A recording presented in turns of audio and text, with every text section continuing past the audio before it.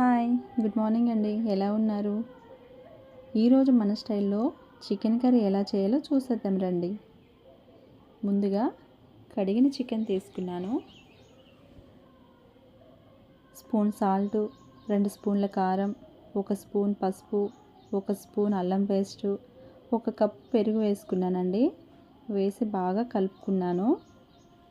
బాగా కలుపుకోవాలండి, ఎందుకంటే ముక్కకి ఉప్పు కారం పసుపు బాగా పట్టాలి కదా, పడితేనే కదా టేస్ట్ బాగా మనకి తెలుస్తుంది.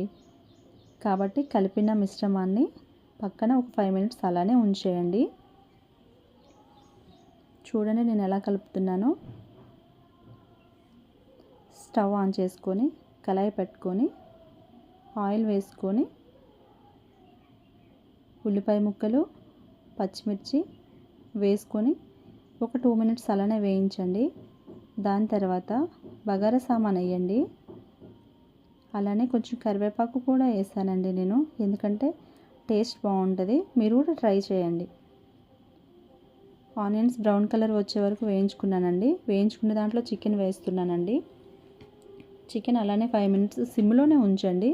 సిమ్లో ఉంటే మనకి గ్రేవీ బాగా వస్తుందన్నమాట. మీరు కూడా ఒకసారి ట్రై చేయండి. చూడండి అలానే తిప్పుకొని 10 మినిట్స్ అలానే ఉంచానండి. చూడండి గ్రేవీ ఎలా వచ్చిందో.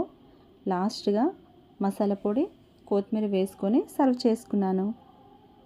చికెన్ కర్రీ రెడీ అయింది. ఎలా ఉందో టేస్ట్ చేసి చెప్పండి. లైక్ చేయండి, షేర్ చేయండి, మన ఛానల్ని సబ్స్క్రైబ్ చేసుకోండి. Thank you.